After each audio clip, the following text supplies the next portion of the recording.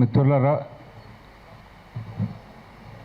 నాగేశ్వర్ గారి మీద కేసులు పెట్టారు కాకినాడలో అని చెప్పి మనం విన్నాము. అయితే నిజానికి ఆయన మాట్లాడిన సోర్సు అనే మాట వచ్చింది, కానీ నిజానికి ఆయన మాట్లాడిన మాటలు అంతకుముందు చాలామంది మాట్లాడారు, నేను చాలాసార్లు మాట్లాడాను.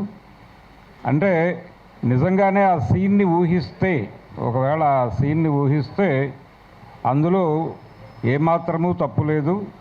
వాళ్ళు జగన్మోహన్ రెడ్డి లేకపోతే అరెస్టు గురించి అడిగితే ఆయన మాకు దీర్ఘకాలిక మిత్రుడు, అలాంటి వాడు ఒకడు ఉండాలి అంటే భారతీయ జనతా పార్టీది రెండు తలుపుల సిద్ధాంతం.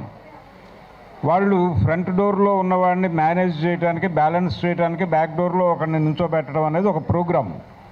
అందులో భాగంగా చంద్రబాబు అనేటువంటి పేపర్ ఎగరకుండా జగన్మోహన్ రెడ్డి అనేటువంటి పేపర్ వెయిట్ వాళ్ళకు అవసరం.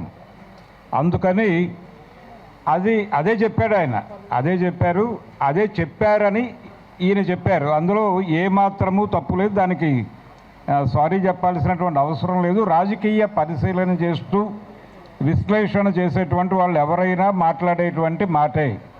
ఆ సోర్స్ అనేటువంటి ఒక్కదాన్ని పట్టుకుని హడావిడి చేస్తున్నారు. కానీ వాళ్ళ మీద నిజానికి కేసులు పెట్టడం అనే దాని దాకా పెడితే చంద్రబాబు నాయుడు గారి మీద, పవన్ కళ్యాణ్ మీద అనేక కేసులు పెట్టి ఉండాలి కదా. ఆయన తిరుమల లడ్డు కల్తీ అనే దాని దగ్గర ఆయన ఒక ప్రెస్ మీట్లో చాలా దారుణంగా మాట్లాడుతూ చంద్రబాబు నాయుడు గారు జగన్మోహన్ రెడ్డి ఏదో డబ్బుల కోసం ఈ పని చేశాడని నేను అనుకోవడం లేదు. ఈ కల్తీ నైవేద్యం దేవుడికి పెట్టడం ద్వారా దేవుడి మహిమలు తగ్గుతాయి. దేవుడి మహిమలు తగ్గితే హిందువులు అన్యాయం అయిపోతారు. హిందూ సమాజాన్ని నాశనం చేయటం కోసం ప్రసాదాన్ని కల్తీ చేశారన్న పద్ధతిలో ఆయన మాట్లాడాడు. ఇది ఉంది, ఇది వినొచ్చు ఎవరైనా సరే. పవన్ కళ్యాణ్ గారు ఆయన పక్కనే కూర్చుని ఉన్నాడు ఆ ప్రెస్ మీట్లో. అంటే ఆయన ఉద్దేశం ఏమిటి?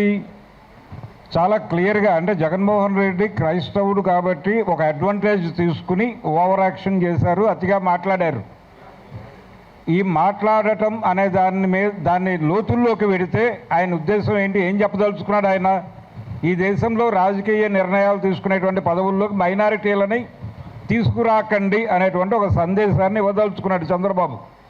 దానికి పవన్ కళ్యాణ్ గారి మద్దతు. కాబట్టి మైనారిటీలు ఎవరు సీరియస్గా రోడ్డు మీదకి వచ్చి చంద్రబాబుని నిలబెట్టలేదే. కేసులు పెట్టి ఉండాలి కదా. ప్రెస్ మీట్ ఉంది ఇప్పటికీ. ఆయన మాట్లాడిన మాటలు టోటల్ ఆ డ్రామా అంతా వాళ్ళు డ్రైవ్ చేసినటువంటి పద్ధతి అదే. ఆయన బీజేపీకి చాలా సబ్మిసివ్గా ఉంటూ, చాలా అనుకువగా ఉంటూ, ఇప్పుడు మోర్ అంటే ఆయన గతంలో నమ్మదగని మిత్రుడే, కానీ ఇప్పుడు చాలా నమ్మకస్తుడైనటువంటి మిత్రుడిగా తనని తాను ప్రూవ్ చేసుకోవడానికి ఏం చేయడానికైనా సిద్ధపడిపోతున్నాడు ఆయన. అలాగే ఈయన పరిస్థితి కూడా అదే. నేను మీకు అంతకంటే నమ్మదగినటువంటి మిత్రుడిని అని చెప్పుకోవడానికి ప్రయత్నం. మొన్న డీలిమిటేషన్ సందర్భంగా మనం చూసాం. ఆ బిల్లు సందర్భంగా బీజేపీ అంటే బాబు, జగన్, పవన్ అనేటువంటి అభిప్రాయం అందరూ మాట్లాడారు. మరి అదే లెక్క కదా చెప్పింది. దీని మీద ఎందుకు వాళ్ళు భుజాలు తనుకుంటున్నారు? నిజానికి డ్యామేజ్ ఏదైనా జరిగి ఉంటే అది జగన్ ఇంటిగ్రిటీకి ఇబ్బంది. కానీ ఆయన కూడా నవ్వుతూ వెళ్ళిపోయాడు. ఆయన ఫండ్ చేశాడని వీళ్ళు ఎలా మాట్లాడుతున్నారు అంటే కూటమిలో చిచ్చు అనే యాంగిల్లోకి తీసుకొచ్చి తెలుగుదేశం దీని మీద ఎక్కువ దాడి చేసే ప్రయత్నం చేస్తోంది. కానీ పొలిటికల్ డైలాగ్ లేదు వాళ్ళ దగ్గర. అందుకని ఆంధ్రప్రదేశ్లో చాలా స్పష్టంగా 3 ప్రాంతీయ పార్టీలు భారతీయ జనతా పార్టీ ఎన్డీఏ కాంపౌండ్లోనే ఉన్నాయి. అక్కడ యాంటీ ఎన్డీఏ స్టాండ్ తీసుకుని మాట్లాడేటువంటి ఒక పొలిటికల్ పార్టీ కూడా లేదు. మెయిన్ స్ట్రీమ్ ఎన్నికలలో పాల్గొంటున్నటువంటి, గెలుస్తున్నటువంటి పార్టీలకు సంబంధించి కండిషన్ అది. మొత్తం అన్ని పార్టీలని కెలికేసి తన కంట్రోల్లోకి తీసుకుని మొత్తం దేశంలో రాజకీయ వ్యవస్థనే గందరగోళపరుస్తున్నటువంటి భారతీయ జనతా పార్టీ. కనుక ఈ పరిస్థితుల మీద వాళ్ళు ఎక్కడ ఎవరిని కావాలంటే వాళ్ళని, ఏ పార్టీ నుంచి కావాలంటే ఆ పార్టీ నుంచి హైర్ చేసుకుని వాళ్ళతో కథ నడిపించాలి అనేటువంటి ఒక ప్రోగ్రాంలోకి వచ్చేసారు. ఎవరినైనా కొనచ్చు అనే, ఎవరైనా సరుకే.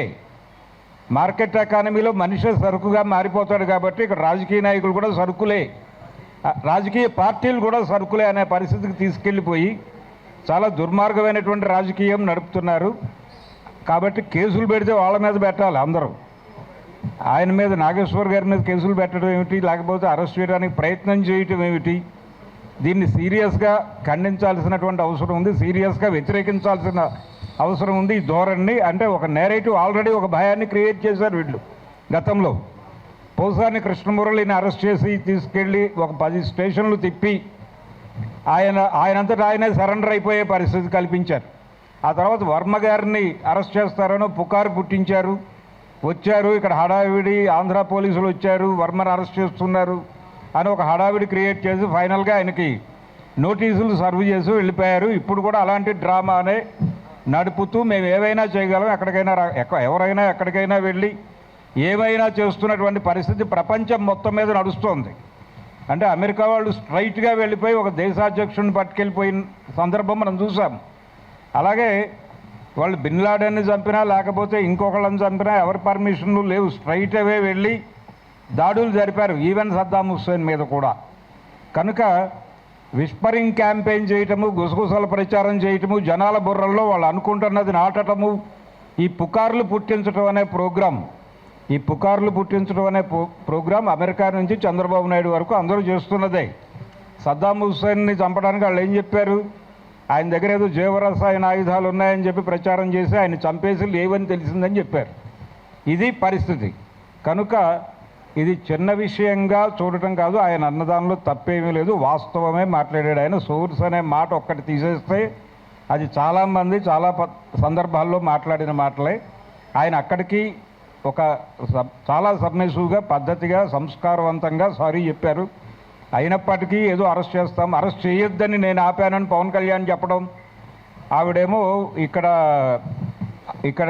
ఇక్కడ పోలీస్ అధికారి మాట్లాడిన మాటలు ఫేక్ అని అక్కడ హోమ్ మినిస్టర్ గారు మాట్లాడటం, ఈ గందరగోళం కూడా వాంటెడ్గానే క్రియేట్ చేస్తున్నట్టు కనిపిస్తోంది. వీటిని సీరియస్గా పట్టించుకుని ప్రతిఘటించాల్సినటువంటి అవసరం అయితే ఉంది.